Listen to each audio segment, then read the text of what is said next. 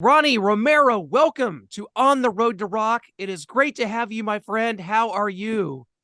Fine, very good.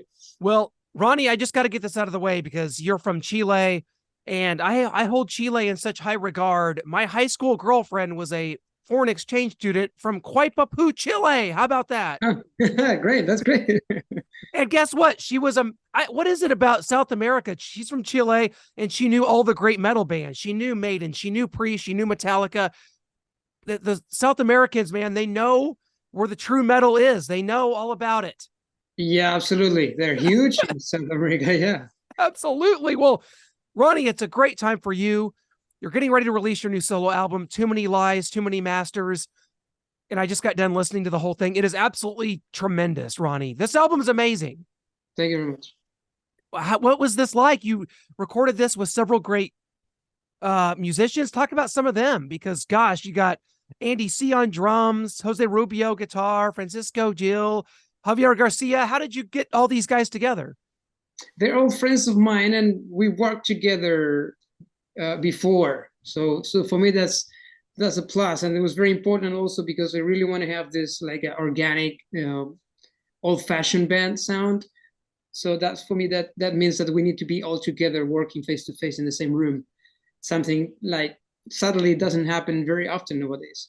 Yeah, I decided to work with all those guys I worked before because I knew that it's gonna work. Yeah, it does. It has that sound to it, which is it's like you guys are in tune and especially for, a lot of Frontiers related albums, a lot of guys record it, online and send stuff in. That's really the process. So this really does have like a band type of sound to it. It really reminds me of like a Dio record, like a Holy Yeah, Diver or yeah, something from Axel Rudy Pell. Are you familiar with Axel Rudy yeah, Pell? absolutely. It Yeah, yeah, reminds yeah. me of that. It reminds me of some of that. Yeah, I mean that was the main idea. Since I was working with a lot of Frontiers projects before, Sure. especially Ferryman and Sandstorm and all this stuff. Um, uh, I really wanted to distance myself a little bit from those releases in terms of Yeah. sound. Not because it's a bad thing, but I really want to go different. So to work with all new people, even on the artwork and all the mixing, mastering, not to have anybody from Frontiers related to that, it makes the album sounds a little bit different and more special. Well, it has been quite a year for you. I actually saw you with Michael Schenker opening up for Wasp back in November in Tulsa. You guys just did a couple of dates with Wasp. What was that like doing those shows with Wasp? Because those were some really big shows. People were really into that, and to have you guys, I think, in Tulsa and then a couple shows in Texas, that was Yeah, amazing. yeah, we did like a 4 or 5 shows together. Yeah, Yeah, it was cool, because the audience is the true rock, heavy metal fans. It's like a place of real rock fans, and yeah, they were. I mean, they were Wasp fans, but there was a lot of Michael Schenker fans also. So oh, it was absolutely. it was great. It was great. I was a little bit um, surprised that the people in America they liked more the UFO stuff instead of Michael Oh, Schenker, which is totally the opposite in Europe. that's interesting you say that because like I am such a big MSG fan, and I like UFO, but yeah, the set was definitely heavy on UFO, and then not many Robin McCauley era songs. Yeah, not too much. I think because it's a 50 years anniversary tour, Michael really wanted to go to the more classic stuff. So Sure. that's my MSG and especially UFO. Were you a fan of Wasp or Armored Saint was also on the bill? Were you like a fan of Wasp or Armored Not Saint? not not really Wasp, but Armored Saint. Yeah, yeah, absolutely. Well, I think it was one of those deals where Michael Shaker's done so many tours lately with Michael Shaker Fest. He's had Robin McCauley out there, and then you Yeah. came in. Do you get a sense that people are they're kind of skeptical when they see you come out there, and then it's like when you start singing the songs that people become huge fans of yours like immediately? Yeah, but that's the story of my life since I joined Rainbow. So Oh, exactly. I got used to it. Yeah, you've dealt with this also being in Rainbow, Richie Blackmore's Rainbow. My goodness. But does it feel like a dream come true for you when you get to sing with these legendary acts? I mean, absolutely. Imagine that. And it's not only to play with them, but it happens in such a short period of time in my life that if we talk about since I joined Rainbow, is only about 7 years ago. So from there to play with Richie Blackmore, Michael Schenker, Adrian Vandenberg, Leo Leoni from Gotthard, and many other great artists is unbelievable. Do you how do you deal with like the haters, people that trash? We've seen it. We saw Joe Lynn Turner kind of diminish the Rainbow lineup.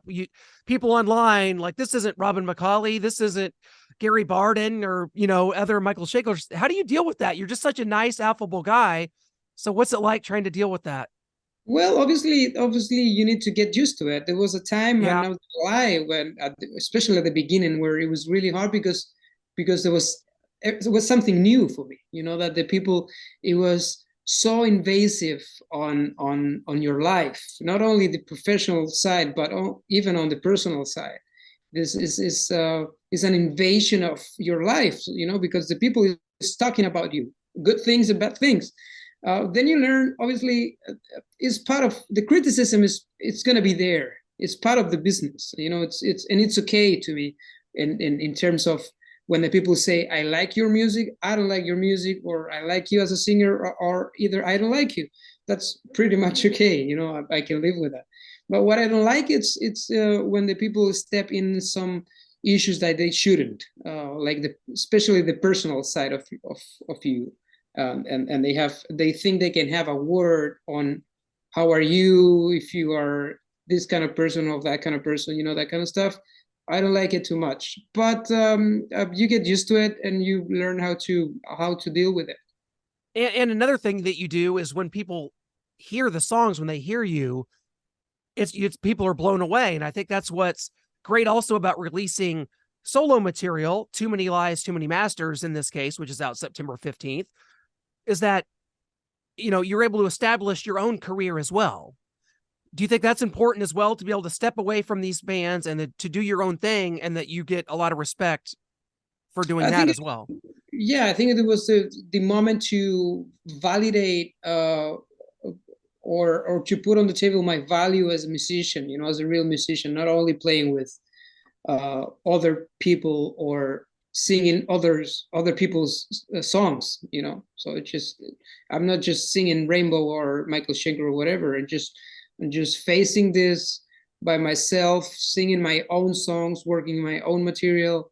So it's just to put the value of my career, or why those guys picked me up for those bands. So it's it was like the moment to show the people that this is actually what I can do. So whenever obviously the album comes out September 15th, and then you've got a bunch of tour dates, correct, to tour on this? What's that going to look like? That's over in Europe mostly? We're starting in Europe, especially Germany. We're gonna make 14 shows in Germany, one show in Belgium. We're gonna add soon some shows in Switzerland to that leg, Okay. and then we're going in the upcoming months. We're going to Scandinavia. We're going through Europe. We're going to Japan. We're planning to go Central and South America. Hopefully, joining and adding the US at that leg, because it makes sense to go through the US until the south, and then yes, summer festival. So probably going to be most of the 2024 really busy touring with the new release. And that's amazing. That has to be gratifying when you know that you can get those kind of shows all over the world and that people want to see you. That is amazing, because for a lot of people, they do the Frontiers releases and they don't, they're not active bands that go on tour together. So that's another thing that sets you apart. And it's also a good feeling to know that you are requested to go to many places with your own name. As I say before, you are not, because I'm not in the safety zone anymore, playing under the wings of Richie Blackmore or Michael Schenker. Right. They're putting their names there. They are selling the tickets. The people is going to see them, and now it's like okay, it's the people that really want to see Ronnie Romero, solo. So it's very cool. They do, and I hope that that does make it to America. That would be tremendous to be able to come out and see you again. Because again, I was so blown away. As Thank I'm just I am such a huge Michael Schenker fan. Michael's been on this show before, as has Robin McCauley. So to see that and to be able to be a part of that, and like, I brought my girlfriend to that show in Tulsa, and she's a huge Robin McCauley fan, and I was like, "Wait do you hear this guy?" And she was just blown away. So I think that's the effect you. that you have. I also got to ask you about Elegant Weapons. Horns Yeah. for a Halo. What an album that was. We had Richie Faulkner on the show here. You guys did a bunch of shows over in Europe as well this past spring, right? How did Yeah. that go? Well, it was brave because Yeah, uh, I'm not gonna say it was smart or it was not, but we just released the album at the end of May, and then a couple of days after we were going on tour, which is very risky because there was no time for the people to listen to the album. right. So, but we were gladly surprised that the people, they really liked the band, and even when they didn't listen to songs before, they really liked it, and that's a sign. That's a sign. First of all, that the songs are great. Uh, I mean, the songs by themselves, not because of the musicians, but the songs are great, and the people really like it. Really like the show, so we are very happy, and that's why we are just already planning to make a second album and go on tour again. Yeah, it's funny because obviously Rex Brown originally was part of Elegant Weapons, and then Rex Brown goes on to do this band that not many people have heard of and a huge world tour called Pantera. I don't know how that happened, but yeah, they're out there right now with Metallica. So yeah, Pantera. Were you a Pantera fan growing up at all? Oh yeah, absolutely. Yeah, I grew up with Pantera because I was a teenager in the 90s. So Right, me too. So yeah, you and I were about the same age. So when you're yeah. growing up in Chile, and like I said, my girlfriend Natalia from high school, she loved heavy metal. So when you're growing up, we're about the same age. What are you listening to when you're growing up in Chile mostly? Well, it was at that time. I remember when I was a teenager, there was a huge boom of Metallica, especially, and then Pantera, Anthrax, and all those bands.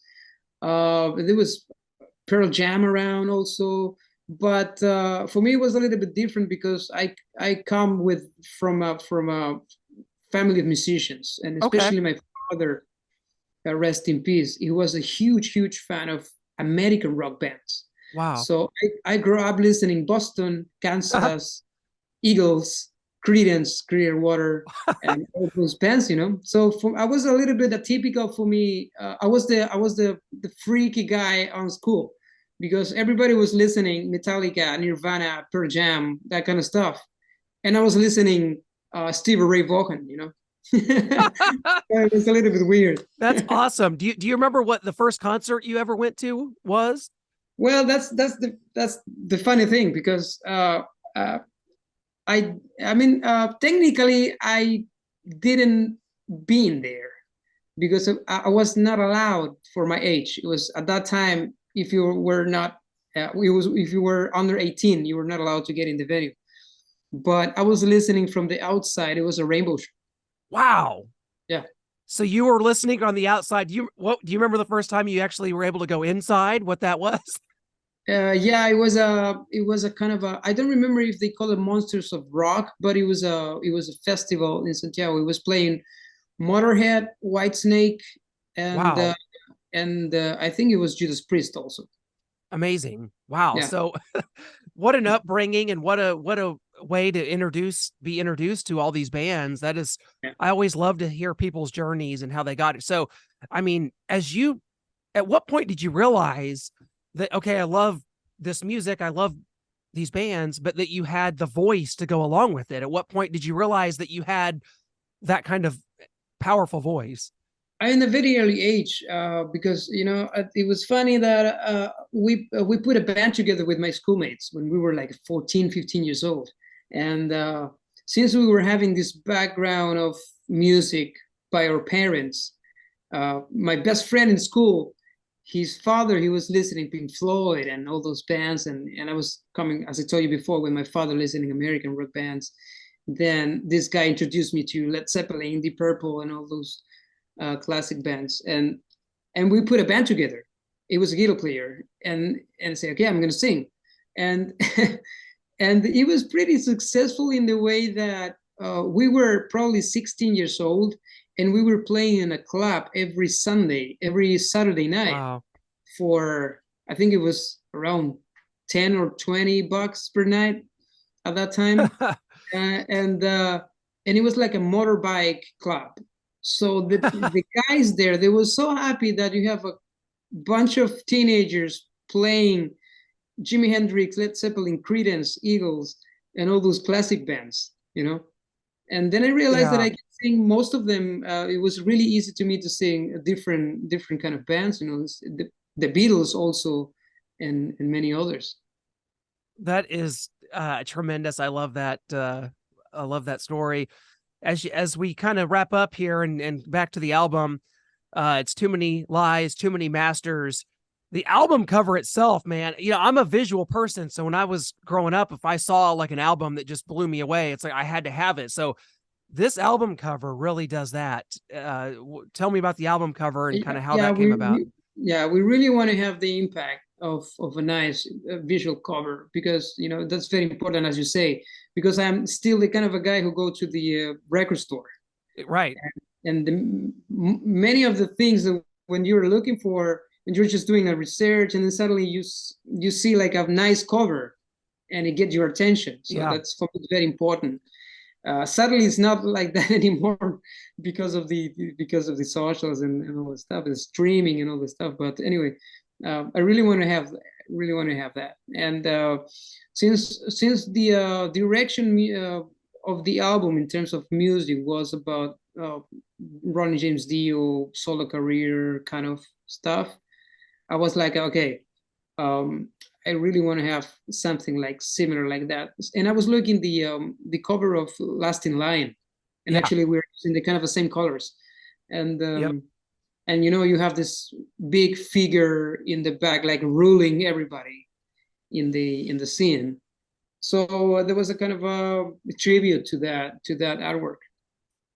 It is definitely an album that brings me back. It brings me to some of that powerful metal that really like got me into the genre to begin with. And that's what I love about it. It's timeless, it's ageless, it doesn't sound like the 80s, it doesn't sound like today. It sounds like what heavy metal should be. And I think that's I the mean, biggest compliment. for me it was, yeah, the for me that's pretty clear, because it was actually exactly the point to make the record. We wanted to sound organic, Yeah. which is something you don't have nowadays.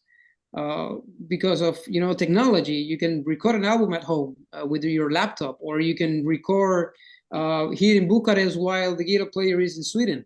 Which is technology helps a lot with that, but at some point it hurts a little bit the music. So I really wanted to go back the old-fashioned way, when you are all together in the same room writing the songs and rehearsing, and then going all together to the recording studio, and you have this kind of old-fashioned organic sound in the band. Well, as you're trying to put together a set list for your upcoming tour, does that become difficult? You have other solo releases, you have this one, how much are you going to rely on this new album? Because I see like 6 or 7 songs almost out of this. It's like almost like you've got to play because it's so good. Like Yeah, how is it trying to put together a set list for this tour? yeah, we're gonna play the most of the songs from the album. As you Good. said, it's about 7-8 songs. Yeah. But then luckily, since we have these 2 covers albums released before, we can play covers, but with a meaning. So it's gonna be songs from the Raised on Radio and Raised on Heavy Radio. Amazing to hear it. Ronnie, you were awesome. This album, I cannot say enough about it, and I'm going to be blasting it now until until forever, because it is that good. I can't thank you enough. And again, it's been a pleasure to be able to now see you live and to now have you on the show here on the Road to Rock, man. It is a true pleasure, and I hope the tour goes great and the album release is a success, because it deserves that. Thank you so much, Ronnie. Thanks to you. Thank you very much. You bet. Thank you.